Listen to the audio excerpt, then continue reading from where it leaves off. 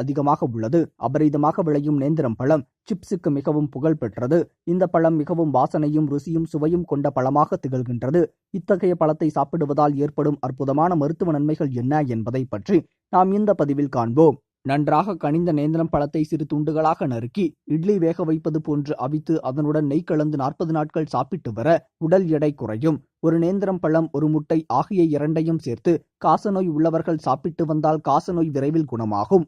நன்கு பழுத்த நேந்திரம் பழத்தை நறுக்கி அதனுடன் சிறிது உப்பு கலந்து வேக வைத்து பிசைந்து 6 மாதத்திற்கு மேலான குழந்தைகளுக்கு கொடுத்து வந்தால் குழந்தையின் ஆரோக்கியம் மேம்படும். நேந்திரம் பழத்துடன் 1/4 ஸ்பூன் மிளகு பொடியை கலந்து தினசரி 3 வேளைகள் சாப்பிட்டு வந்தால் தொடர்ச்சியான இருமல் பிரச்சனை குறையும். இதயம் சீராக செயல்படுவதற்கு நேந்திரம் பழம் உதவுகின்றது. எனவே அவ்வப்போது நேந்திரம் பழத்தை சாப்பிட்டு வந்தால் இதய நோய் வராமல் தடுக்கலாம். நேந்திரம் பழம் சாப்பிடுவதால் மூளையின் செல்கள் சுறுசுறுப்பாக செயல்பட்டு நினைவு ஆற்றலை அதிகரிக்கச் செய்கிறது. இந்த தகவல் உங்களுக்கு